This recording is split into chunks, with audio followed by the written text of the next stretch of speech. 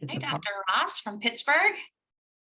Candy and Sally Grace. Sally Grace, you're coming in from the East Coast, it looks like. Wonderful. And Kirsten, always happy to have you here with all of us.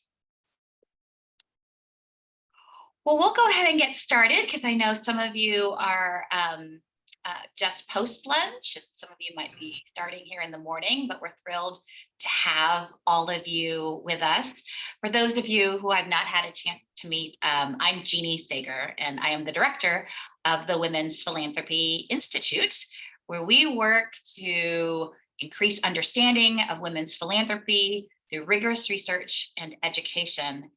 And I am here today with a true legend in women's philanthropy, a real trailblazer, Kathleen Lair. For the past 35 years, Kathleen has been dedicated to the growth of women's philanthropy, combining nonprofit expertise, fundraising, coaching, and strategy to help individuals and groups navigate change.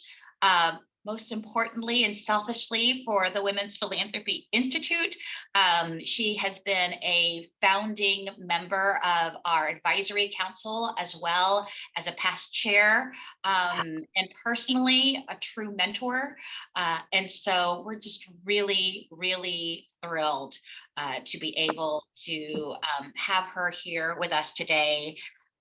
Kathleen will soon be retiring, and in her very Kathleen way, really put a lot of thought to how to pass on the legacy of her work. And so we are really proud today to unveil Proven Practices, which is a free online resource that helps engage women donors, and also to unveil the Women's Philanthropy Alliance, a group trained by Kathleen to promote inclusive women's philanthropy.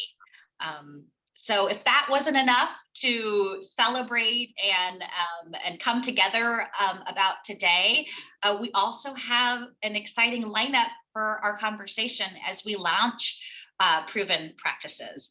And so I'm going to turn it over to Kathleen to introduce the panelists. Kathleen?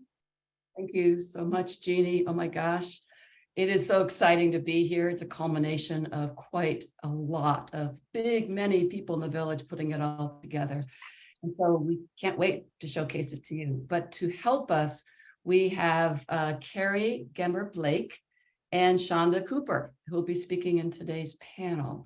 And Carrie is a senior leadership gift officer from Bates College. And she really is an experienced fundraiser who's going to tell us how she got started. Shonda is the vice chair and engagement committee chair of the 1918 Society, which is a committed giving community at William & Mary, really has grown women's engagement and philanthropy and leadership for that institution. So they've got a lot of great stories and outcomes to share with us. Thank you so much, Shonda and Carrie. So thrilled to have you here. Thank you. It's great to be here. Thanks, Kathleen. Can't wait to dive in. So we want to just take a minute to talk through a little bit about defining research to practice. Over the past 3 decades, the field of women's philanthropy has evolved and grown rapidly. And we know from our research that gender matters in philanthropy. And in fact, we have over 150 research-based data points that illustrate gender differences in motivations, behaviors, and decision-making. The research demonstrates that women give more than men, and they give differently. So much of our research around women as donors can really be categorized into three different ways. One, we know that women give broadly. Women are drawn to an expanded definition of philanthropy. And in our Women Give 2019 report, we encourage women from all backgrounds to fully understand that diverse acts of generosity are represented in philanthropy. And philanthropy for women encompasses both formal and informal definitions of the word, rooted in this idea of giving back. Research shows that women tend to give more than money. They're using their time, their expertise, their advocacy, and their networks to apply all of their resources to work for good. And many women are interested in actually building a relationship with an organization, perhaps through volunteering, leadership, or educational opportunities, actually prior to giving to that organization. But once engaged, women tend to be more loyal donors, and they give more over time to the causes in which they are actively engaged in beyond just giving dollars. Women give collectively, and they like to discuss generosity with one another and come together to create a collective impact. This preference for women to collaborate rather than be individual philanthropists is an important distinction, especially as today's fundraising practices more often than not focus on individual strategies. Many women would prefer to share the spotlight while building meaningful relationships with other givers and your organization. And then the third way that women give that our research has found is that women give holistically. Our research shows that when asked, empathy is what motivates giving for many women. But empathy also drives women's deep engagement with nonprofits. The research has shown that women are more likely to give to organizations where they have a personal or connection or an alignment with political or philosophical beliefs.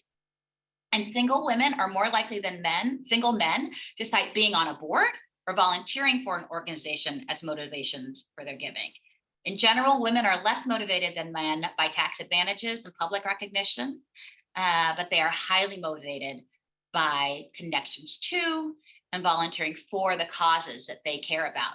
So these gifts of time, talent, testimony, and ties are very important to a woman's gift of treasure.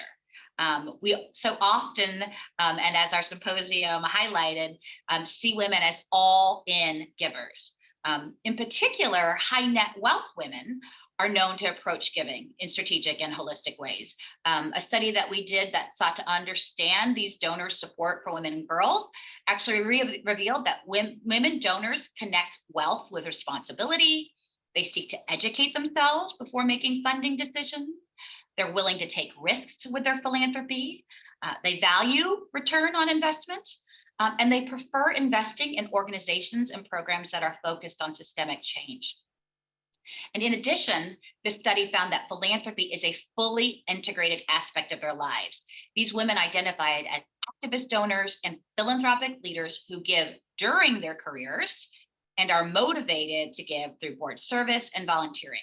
So learning about these key drivers for women's giving is important, and learning how to apply the research is the next step.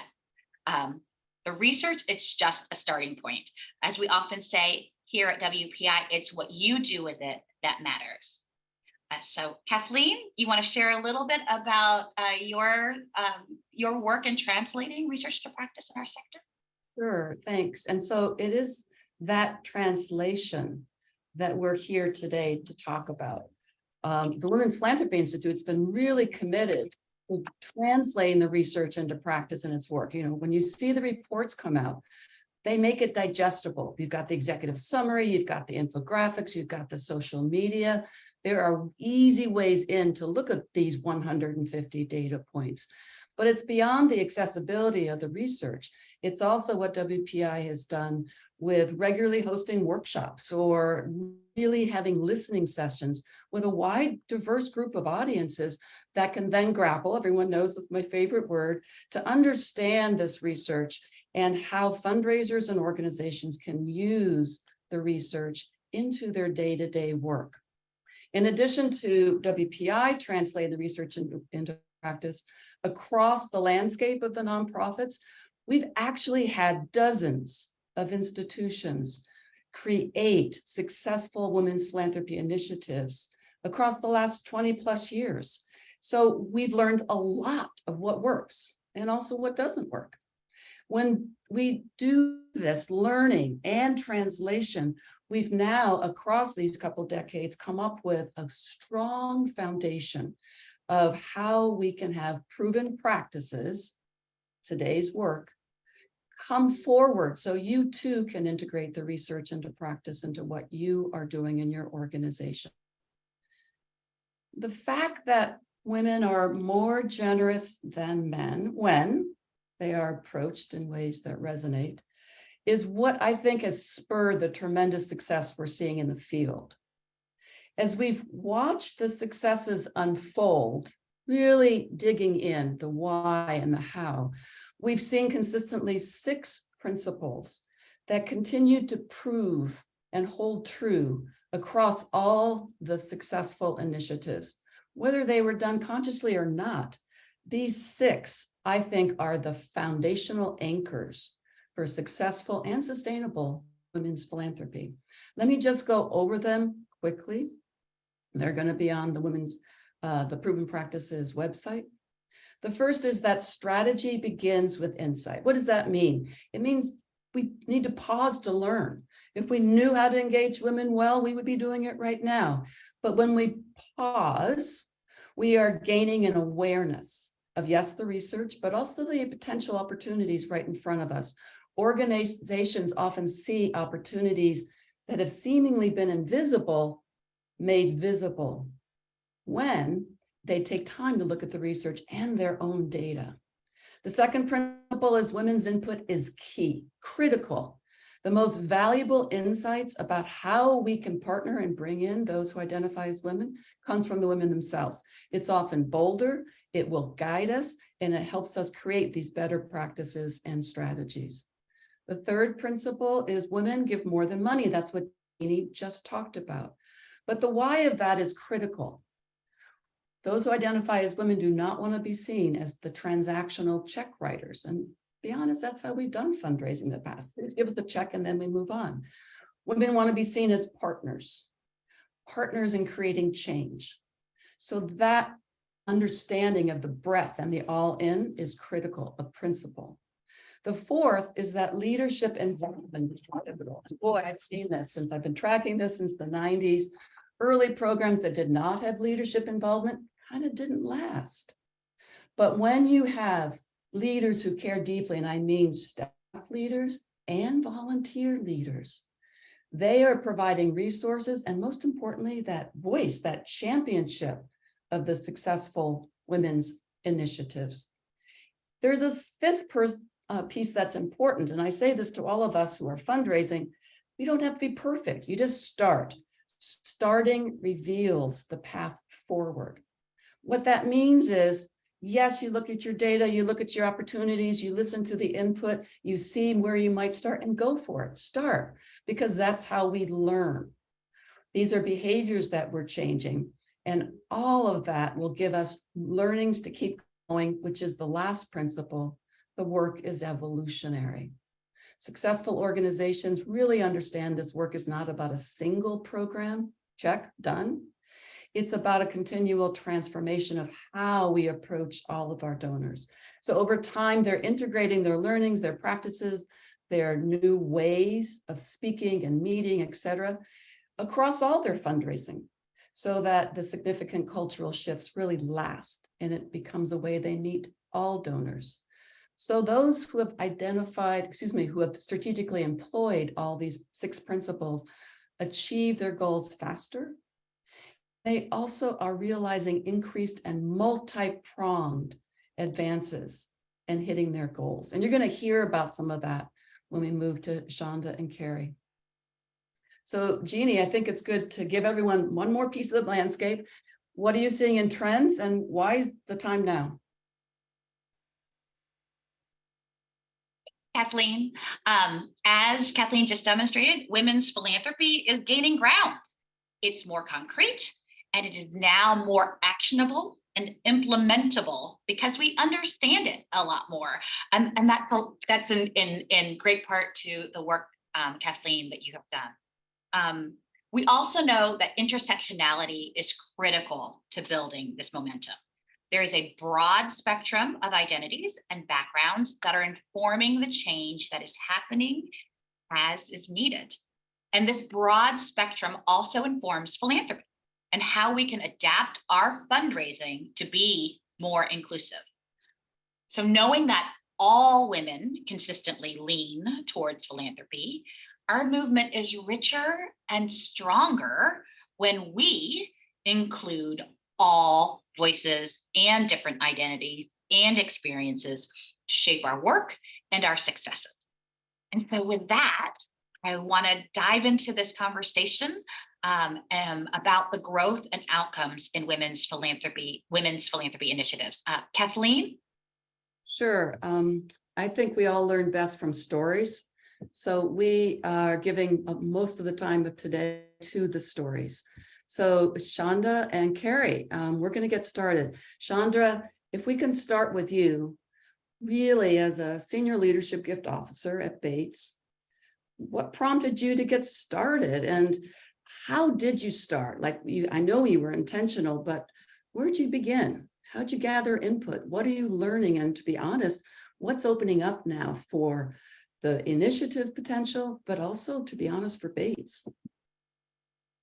Of course, Kathleen, and thank you so much for the opportunity to share what we've been doing at Bates. As you are all aware, those who participated in today's panel and on the Zoom, the case for women's philanthropy and creative cultivation approaches for female donors is quite compelling. And while it's not my primary focus to consider alumni philanthropy at Bates, but really a side gig to my gift officer work, it's been a point of passion and personal intrigue since getting to know Kathleen and all about this work these past 2 years. And as Kathleen's 6 principles suggest, my strategy to build a strong case for a women's initiative began with our own Bates data analysis. And we do see at the college considerable gender gaps in giving at all levels, but most discrepantly in major gifts, which is my area of focus, of course. So along with compelling data, we just wrapped up the Bates campaign in June 2022. We've got great data, giving data, gender data from that. But I've started by collecting alumni insights through a series of discovery interviews to help me strengthen the case for our focus on creative cultivation tactics for women. And where I am now is in the process of finalizing a compelling report that outlines the importance of focusing on women and provides details and a bottom line that our leadership won't be able to ignore. And we do have that leadership support, but I'll speak a bit more about that as I continue. It's very clear through our early discovery that we've been leaving money on the table at Bates. We've not been as intentional on focusing on women's cultivation. We've been exclusive. We've been exclusive of women's wealth and influence within our traditional research and prospecting practices. And we've been leaving female partners out of discussion with our male alumni. And we are also under asking our Bates women, I've quickly learned. But in an effort to garner women's input and support, I developed a list of about 35 women who are already giving generously of their time and resources at the college. And they represent a broad set of backgrounds and perspectives. They span age, geographic, and racial diversity. And with help from Kathleen, I developed a standard set of discovery questions that ask about meaningful engagement, recognition, and cultivation experiences. And this was really my first step in engaging alumni and women in the work. And we all know that that's pivotal to the success of any women's effort. And common threads quickly arose in these conversations about the importance of personal connection through networks, demonstrated impact, the feeling of empowerment, and sense of collective accomplishment. And it won't surprise you that themes of community, of relationships, of in-person engagement, especially coming out of the pandemic, and mentorship continue to emerge in all of these discussions that I'm having. And the discussion questions, the discovery interview questions, the set is so compelling that I've been taking these into my general conversations with women donors. And they've resonated so well that a few of these have even resulted in six-figure gifts for Bates, all without being true solicitation meetings or even in support of an established women's initiative at the college, but just in the discovery phase. So I can see how compelling this work is just at the outset, and it keeps me moving forward. And through these discussions with our alumni leaders and presentations of this work to our advancement committee of the board, I'm beginning to identify a set of leadership champions who will work alongside me to push this forward as we move through a presidential transition. And we will inaugurate Gary Jenkins as Bates's 9th president later this year.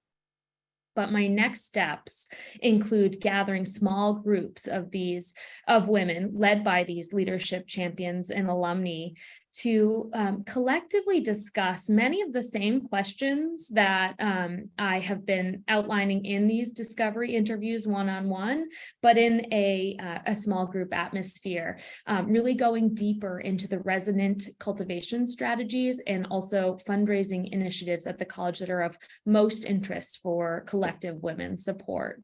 And as I mentioned, because we are in a leadership transition at the college, my work has experienced stints of enthusiastic momentum, followed by some slowdowns and back and forth.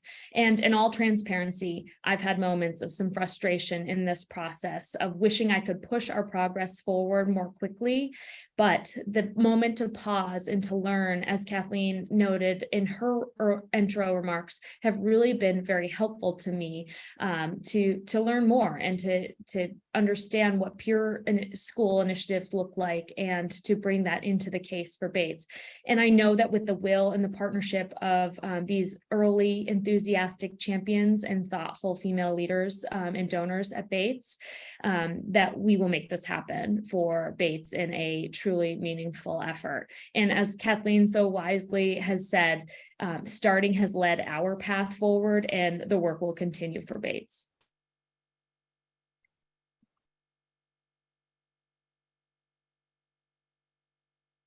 Is that helpful, Kathleen? Did I touch on your questions?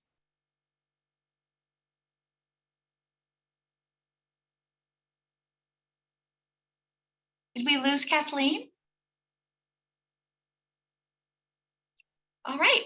Well, a pivot.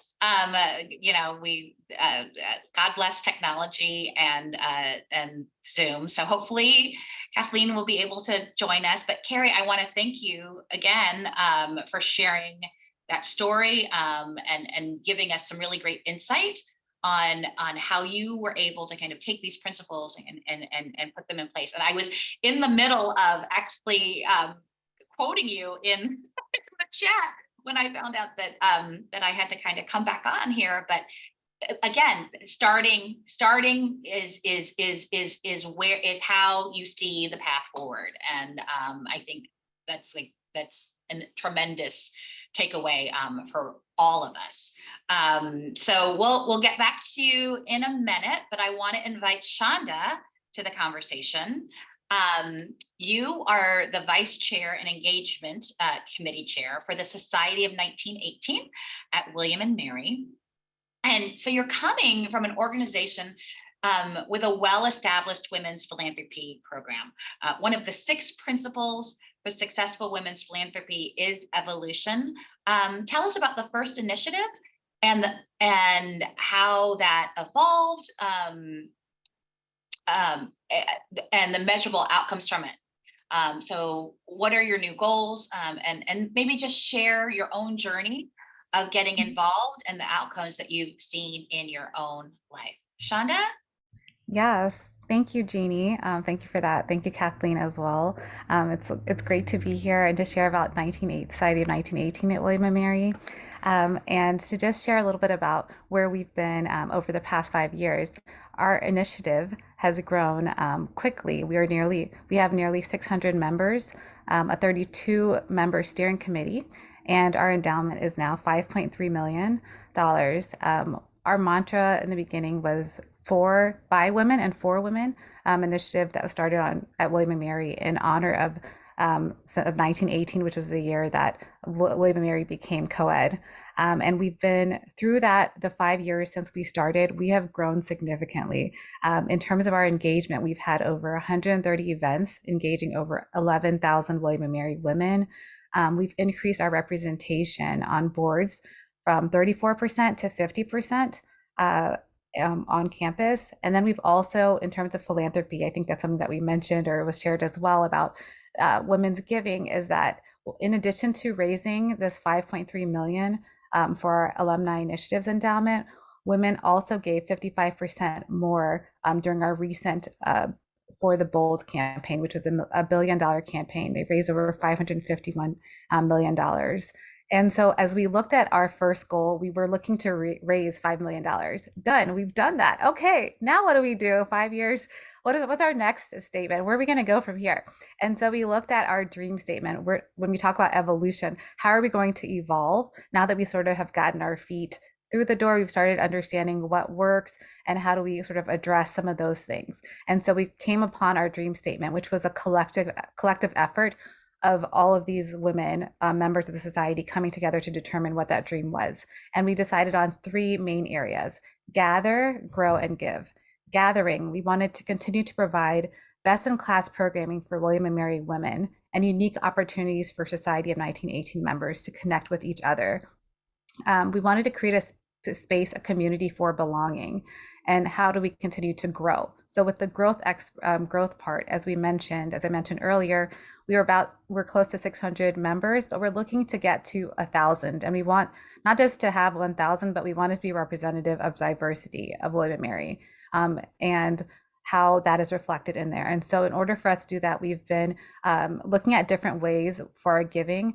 It was a 5-year commitment of $10,000, but now we're looking at towards the alumni initiative endowment, but now we're looking to see how we can do that. You can still give to William and Mary, but you can switch the amount that you're giving. So we just want to help to emphasize and support women in their giving, and providing a space to do that, to be a part of it. So we've switched it. Instead of 100% giving, if you want to renew, it's let's say a 80%, 20% that goes towards alumni initiatives, 80% to anything that you'd like on campus.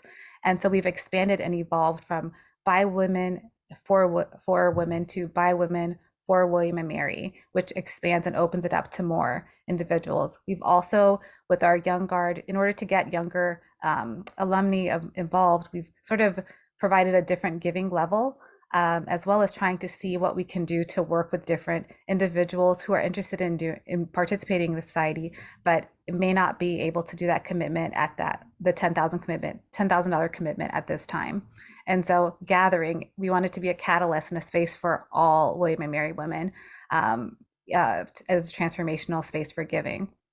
And I just wanted to sort of talk about my journey and why I joined the Society of 1918 and how this sort of aligns with this evolution of giving. For me, so I am originally from Liberia, West Africa, and as a result of conflict, my family had to relocate to the US and we settled in Virginia.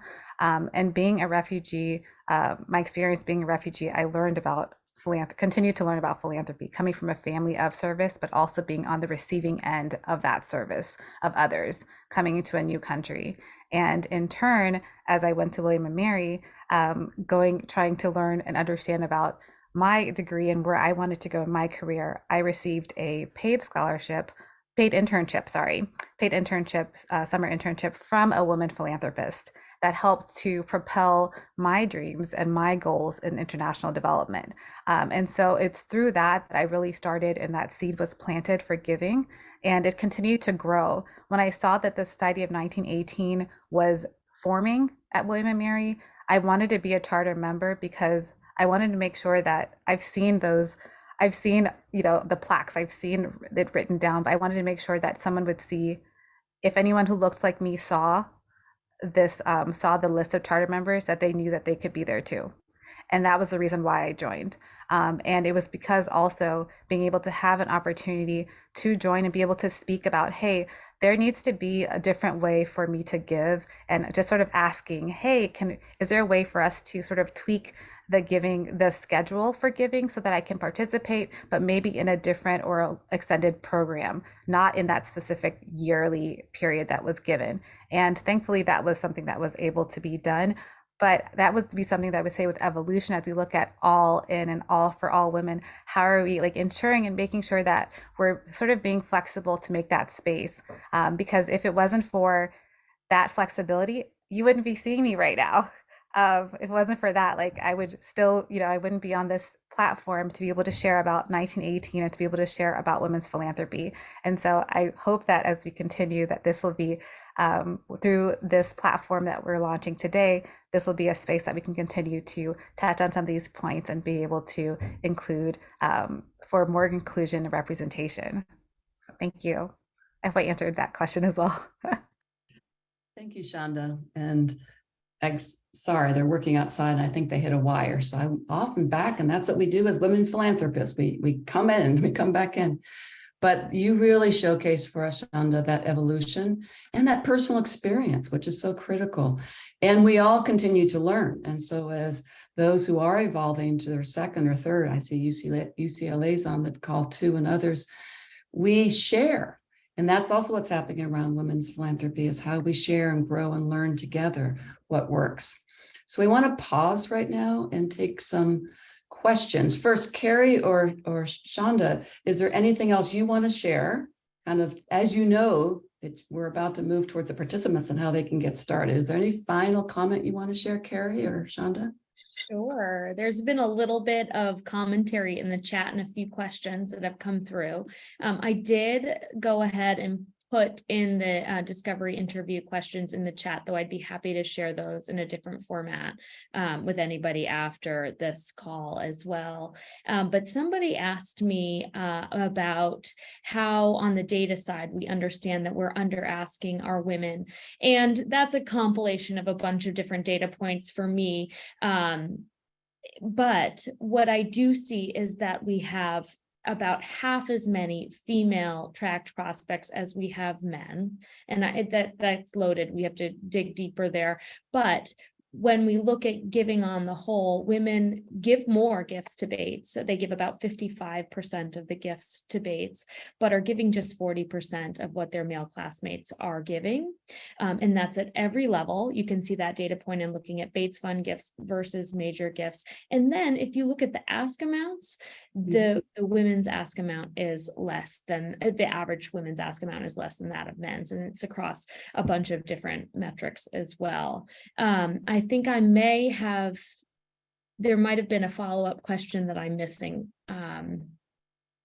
And have I seen, with my purposeful engagement of women, have I seen that 40% increase? So the 40% data point was from fiscal year 22. Come June, I expect I'll be doing a whole other round of analysis. But of the women that I've been having these discovery interviews with, I noted that we've seen some first-time leadership gifts and some six-figure gifts come in from just these 35 women that I've had these early conversations with. So I do see anecdotally, not with supportive data just yet, that these conversations and asking the right questions is really moving the needle.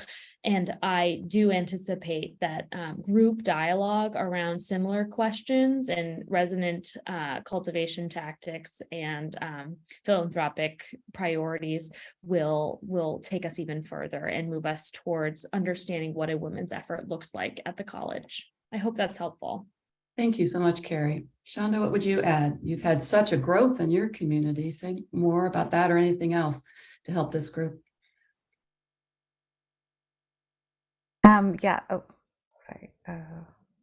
Yes, I would just say yes, with the growth in our community that we've seen, it's really been through also collaboration and being able to collaborate with other groups on different affinity groups at William & Mary to be able to spread the word and to be able to share about the work that we're doing, and that visibility and creating that visibility of inclusion and belonging. A lot of our members have said that they may not have felt included at the time when they were at William & Mary, but now through this society and through this community, they feel a space where they can thrive, where they can understand more about philanthropy and also leadership. It's a space also, like I talked about some of my professional outcomes, but these are some of the, it's a space for it to be mentored and to mentor. And so that this is, and through giving, being able to say how they can intentionally give to specific areas. So it's been a really exciting space, and I would just encourage that too, I think, with just collaborating with other groups as well, and spreading the knowledge, and being able to learn from what worked and what hasn't worked, from, for instance, reaching our first goal, but it was all in what after, it was I would say a unanimous, we are not stopping at 5 million because we have so much more that we need to do. And there's so much more impact that we want to have at William & Mary, and goals that we want to reach, that align with what is happening with the Vision 2026 that is happening at William & Mary across impact and diversity and belonging. So in order for us to do that, we need to continue to support and raise funds to do that. So that's one thing I would say is that, especially with women, we keep on going. We don't stop at the first mark. We're going to keep on pushing forward. And I would just say to encourage you all, like as it was said, to just start the process. And I'm definitely here to help. And Valerie Kitchman, who is in the chat too from William & Mary, can also provide guidance in that space. Great, thank you. Any other questions, Jackie, if you want to alert us or others who want to ask?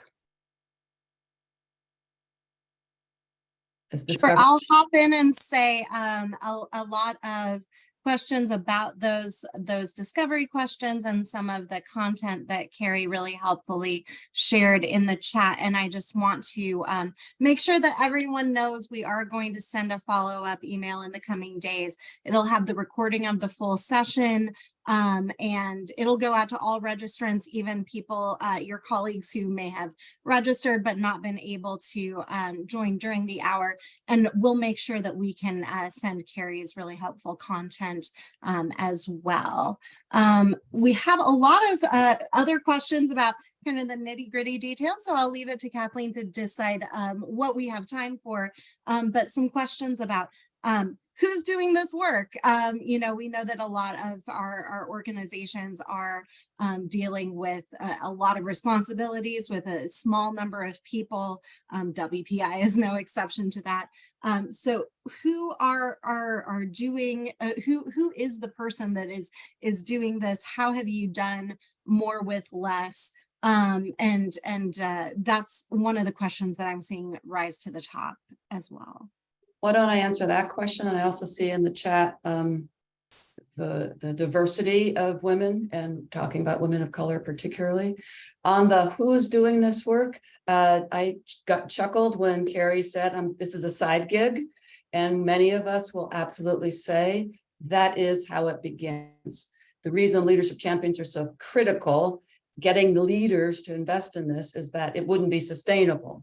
But it does take the individuals, plural, internally, that are passionate, that are willing to get that data and create that briefing that Carrie's talking about and take it up to the leaders, that really help move that needle.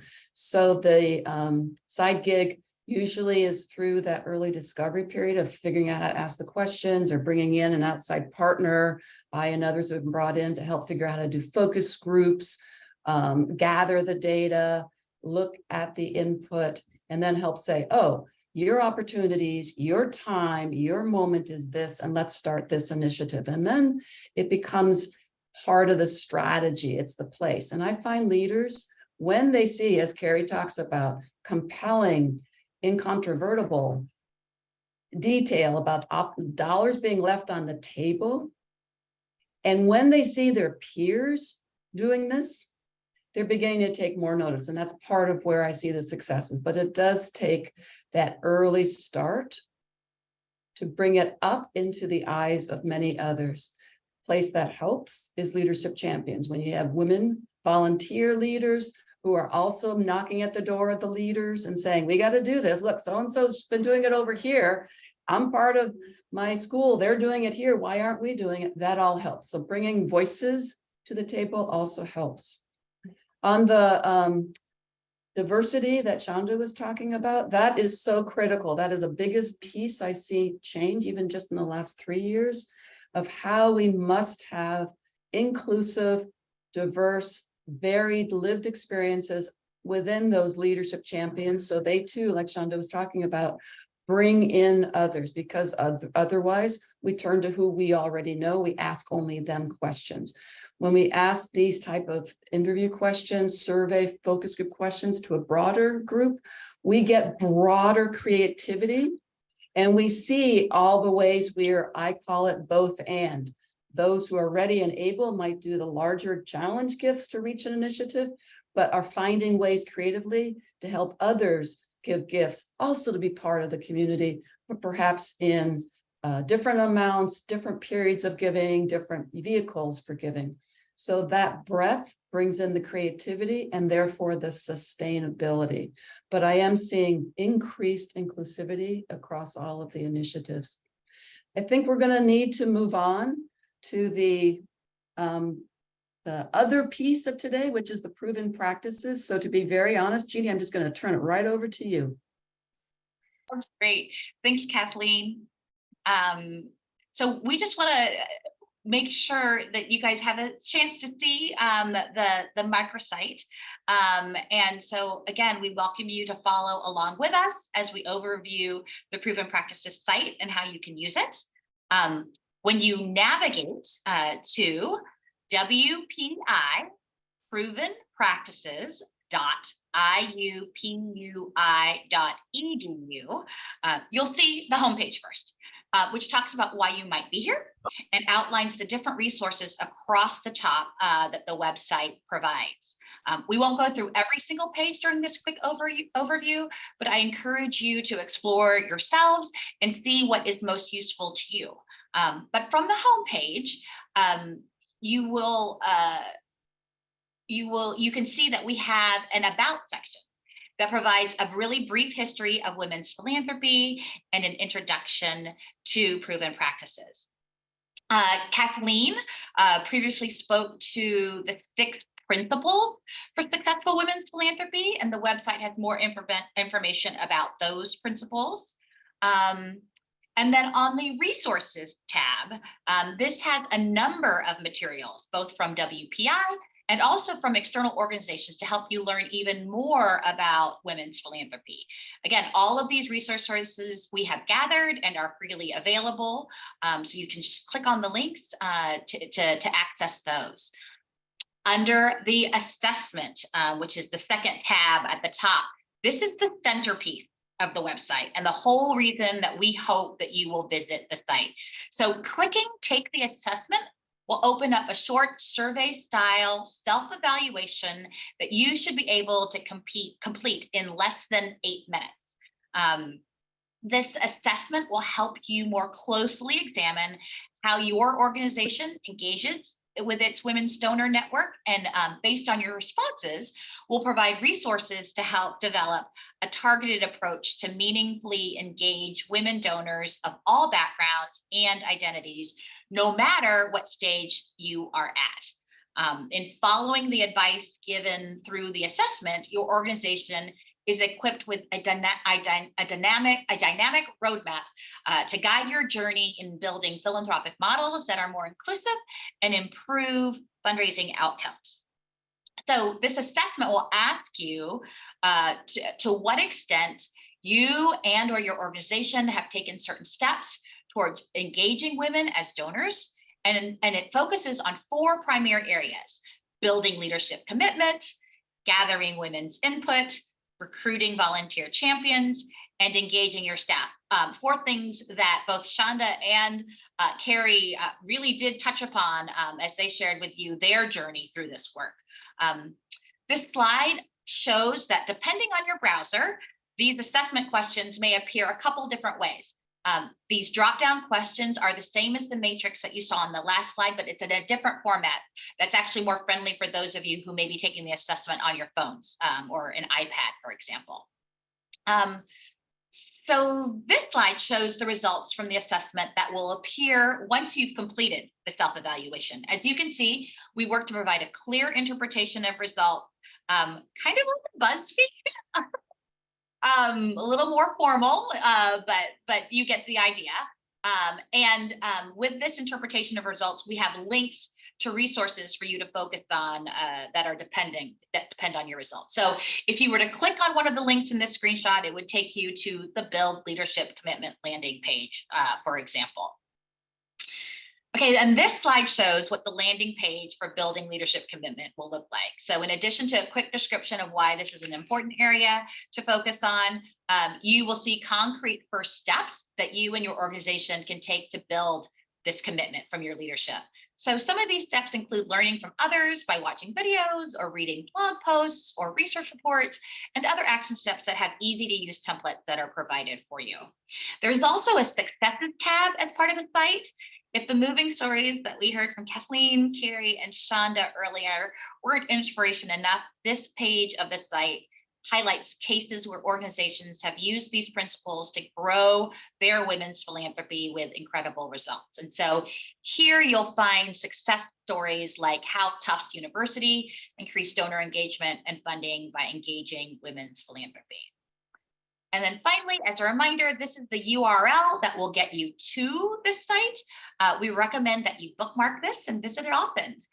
So I'm going to throw it back over to Kathleen, who will share another exciting development, the Women's Philanthropy Alliance. Kathleen? Sure thing. So I've been watching this movement, as Jeannie and I call it, women's philanthropy is a movement, over the past 20 to 30 years. To meet this growth, dozens and dozens and dozens now of institutions who started and more who are raising their hands, our sector simply needs more than 1, 2, 3 people who understand these principles and processes. So I saw the need and I chose to teach across about a year what I've seen, learned, documented to a handpicked group of these 8 individuals you're now seeing on the slide.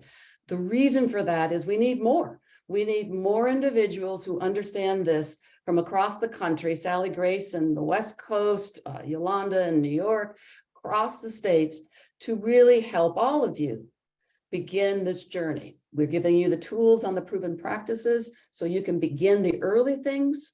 And when you're ready to bring in partners to help the journey, to talk to the leaders, et cetera, we now have more.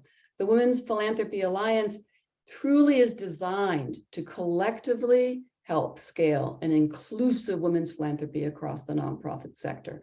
That's our goal, to really build a diverse and inclusive sector. So just to point out, Canny is in Virginia, James Madison University. Val, as you heard, William and Mary, long time program at her institution. Yolanda really focuses on women of color, DEI, integrating this across all of her work. Jennifer was one of the top women's foundation CEOs in the country and is bringing this into her work with foundations, community foundations, et cetera. Carol is at an Ivy League. You'll see her background, principal gifts, brings a lot to the table, including very complex humanitarian organizations. Leah and Kat are with Aperio, a very small boutique firm that very much understand philanthropy has changed and we need to change, and they're bringing it into all of their clients. And I mentioned Sally Grace, who's doing this at UC Davis and beyond, really taking it out to the West Coast, which is beginning to have many, many more initiatives than I've ever seen before. So we're growing it. And the Alliance is your place to be able to choose a partner to help you on this journey. So the next slide shows the website for the Women's Philanthropy Alliance, Growing Women's Philanthropy, a pretty easy website.com, and you'll be able to not just reach out to any of them, but also choose what's going to be a good fit for you. I see the question about any healthcare organizations. That is one of the reasons we're diversifying this and growing this out, so you can talk to any of these 8 about any size organization. any background in working in the healthcare field, scientific field, small schools, large schools, huge nonprofits, starting nonprofits, all can benefit from the ability to be inclusive and intentional of bringing in all those who identify as women. I just want to close by saying there's time, it's actions you can take.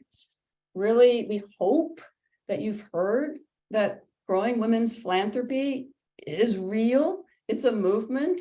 It is concrete.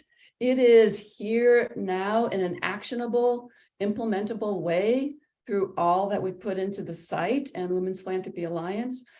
And we understand it now. Women's philanthropy is no longer a secret or an unknown or a myth. So you now can ride on top of all that has gone before you. You can ride the crest of the foundational work that's been done over the past couple of decades. I also hope you hear that is through the partnership with those who identify as women, not our past practices, but the partnership that's really going to be part of your future success for your fundraising. So we hope your action is to take this and review it often, review the proven practices site, take the assessment. Your homework is to really grapple with all the tools and videos, et cetera, and learn. Bring that into your institution, any organization you care about as a volunteer or a staff, and use the tools to get started. That's just it, start. And also ask for help. WPI is here. Women's Philanthropy Alliance is here. The tools are here. You are not alone.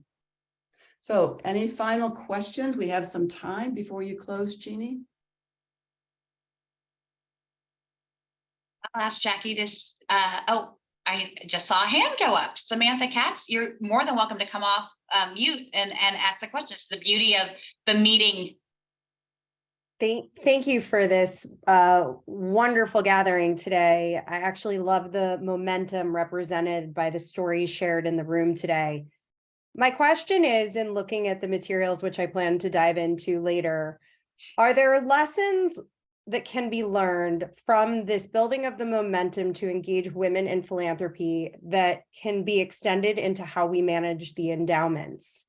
And from a gender equity and a racial equity and really a historically marginalized representation lens, and the fact that only 1.4% of endowments are managed by women and minority owners of funds, are there lessons that we can put to work to create the same momentum through our leadership and advocacy?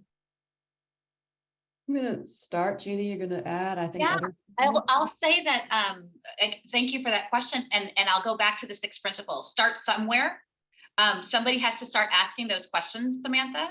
I know that in particular for women's foundations and organizations, they have really paid close attention to, how they're investing their endowments, given that they're a women's foundation, given that they're serving women and girls.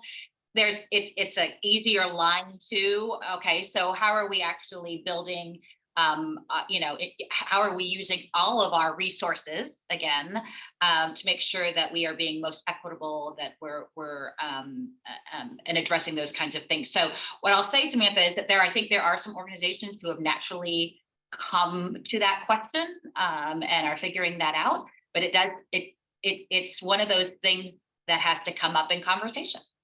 And so what other organizations are going to have donors who are asking that type of question?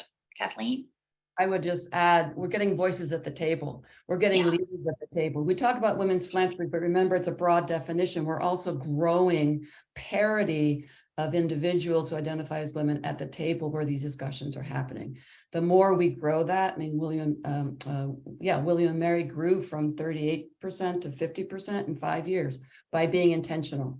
So how we have parity means we have a different kind of conversation at the table and these questions are being asked. And then how we're going women's philanthropy is translatable to how we share the other places that are opening up and changing, such as what you're talking about, how we run our endowments, et cetera. So that is the journey we are on. And that is why we want to scale. We need to have all of that happening across our system. Thank Okay. you. Samantha, just check the chat. Jennifer Lockwood-Shabbat actually gave you 2 foundations in particular who are doing really great work in this space. And maybe that's a place to start the conversation and get some advice as well. Thank you. I'd like to throw one last question out to Kathleen, Shonda, and Carrie as we close up and round up. So one of the questions that we've gotten from the group, our attendees, is what's the biggest obstacle to growing women's philanthropy, and what steps can we take to overcome those obstacles? Kathleen, you want to start us off? So I'll start with Carrie and Shonda in the field on the trenches, and then I'll add. I'm happy to start, and I alluded to this in my remarks. My biggest obstacle is sort of having this very strong case and having transitions, whether it be in leadership of the advancement team or at the head of the college, that have given me pause to sort of learn a bit more and understand how I might present something in a more compelling fashion. But it's less that there's disinterest from those leaders, but more that they need a wholehearted education in the work that I've been thinking about, and having the leadership champions now that I've garnered through my presentation to several women who are members of the advancement committee on the board of trustees and other female leaders at the college that I've had the privilege of working closely with.